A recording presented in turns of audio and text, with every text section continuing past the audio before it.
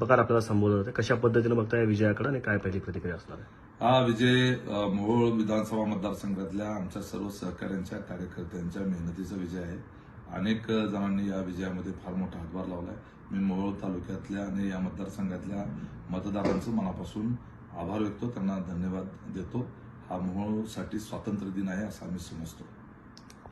कालपर्यंत अजितदादा सोबत होतो, आजही अजितदादाच्या सोबतच आहे. या निवडणुकीमध्ये अजितदादांना मी सांगत होतो की राजन पाटलाच्या उमेदवाराचा पराभव होणार आहे. दादांना ते लक्षात आलं नाही. आता त्याचा पराभव करून दाखवल्यानंतर काल दादांनी अभिनंदन करायला फोन केला होता. त्यावेळेला मी त्यांना तेच म्हटलं की दादा, मी तुम्हाला सांगत होतो की राजन पाटलाच्या नादाला लागू नका, त्याच्या विरोधात प्रचंड रोष आहे, त्यांचा उमेदवार पडणार आहे. आज जर राजन पाटील तुतारीत गेले असते किंवा दुसऱ्या पक्षात गेले असते तर हा घड्याळाचा आमदार निवडून आला असता. एवढाच काय तो फरक.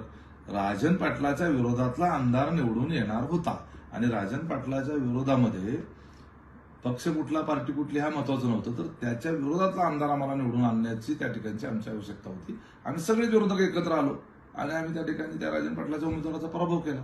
आम्ही या निवडणुकीमध्ये कुठेही राज्यस्तरावरचा, देशाच्या स्तरावरच्या कुठल्याही नेत्यावरचा विषय घेतला नाही. आम्ही कोणावर टीका पण केली नाही आणि कोणाचा विषयही आमच्या प्रचाराचा मुद्दा नव्हता. आमच्याकडे लाडकी बहीण पण नव्हती आणि आमच्याकडं कुठला जरांगी पॅटर्न असेल, ओबीसी पॅटर्न असेल, या सगळ्याच्या पलीकडे जाऊन ही अन्यायाविरोधात, अत्याचाराच्या विरोधातली निवडणूक होती आणि ती आम्ही जिंकली.